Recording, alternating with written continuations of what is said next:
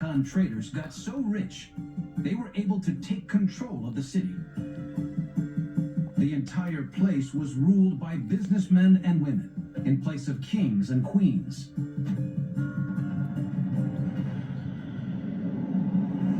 Buildings surrounding the pyramids give an indication of the extravagant life of the city's leaders. This elite lived and governed among the many pyramids and temples at the very heart of Teotihuacan. Single-level structures built around a central courtyard provided spacious accommodation for wealthy traders. The elite could afford to cover the rough stone walls in expensive lime plaster and decorate them with elaborate murals. But over a mile away on the outskirts of the city, the poor built their own dwellings, using only the cheapest materials.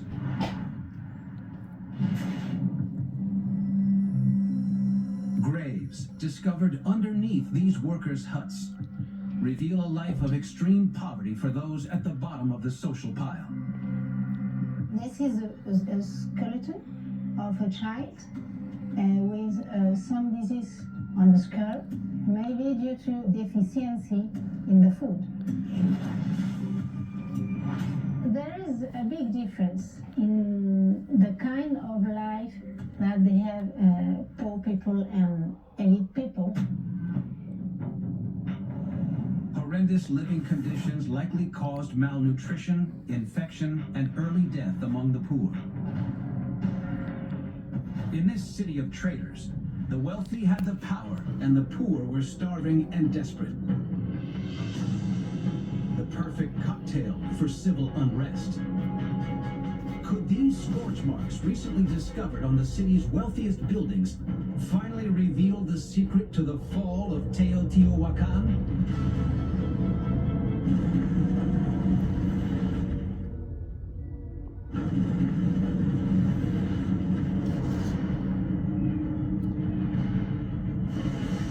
2,000 years ago, Teotihuacan was the largest and busiest city in the Americas. Over 100,000 people lived here. From the super-rich ruling traders in the center to the dirt-poor workers in the outskirts. Investigators dating artifacts found inside the city believe that this once great civilization shut down suddenly after just 900 years. But why? Archaeologist David Carballo believes a crucial clue can be found at the most ornate building in Teotihuacan, the Feathered Serpent Pyramid. Here we have feathered serpent heads sculpted out of stone. So this one too seems to have been heavily damaged in the snout. David believes the damage to the heads is so similar, it's suspicious. This damage doesn't look accidental. It's always the snouts that are knocked off. And so if you expect these to have sort of fallen haphazardly, you would expect breakage on other sides. So that suggests that there was some sort of cataclysmic event, like some sort of factional dispute, conflict, or maybe even a civil war. But was this conflict limited to a religious feud at the Feathered Serpent Pyramid? Or financial. David searches the ruins of nearby elite buildings for further clues of destruction. Well, if you look over here, this has the original white and red stucco motifs, these interlocking scroll motifs, but then you see these soot marks right here in the corner that would have been from burning these structures.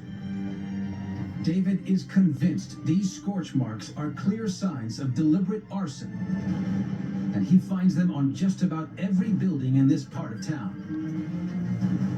This is where there likely was some sort of wooden beam, a support beam for the roof. And since that was wood, with the burning, you ended up with this blackening, with sooting the stucco. The layers of ash and burnt wood suggest a massive fire raged in the center of the city. The fire consumed all the elite and religious buildings.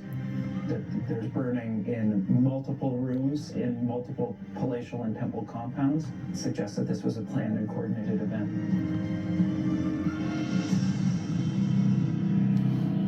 Those structures that were most associated with state power, be that religious or political, were targeted Or financial. disproportionately in the burning of the city. If this destruction was deliberate, who did it? Was it an invasion by a rival civilization, or was this an inside job? A crucial clue lies a mile from the center of Teotihuacan, in a field of scattered debris that was once the workers' suburbs. What we've found out here in our excavations is that there's no evidence of the sort of burning that we see in the center of the site. So that to us suggests that this isn't an attack from outside, rather the collapse happens from the inside out. David believes the impoverished workers rose up against their rulers in a social revolution. These people, who were the working class backbone of the city's economy, felt like the system was failing them. And so because of that, they rejected the system and they took up arms and decided to sack their own city. In the 7th century, the disenfranchised poor rebelled. They burnt the city's center in an inferno of heat and destruction. With the ruling elite of traders wiped out, the city quickly fell into decline and was eventually abandoned.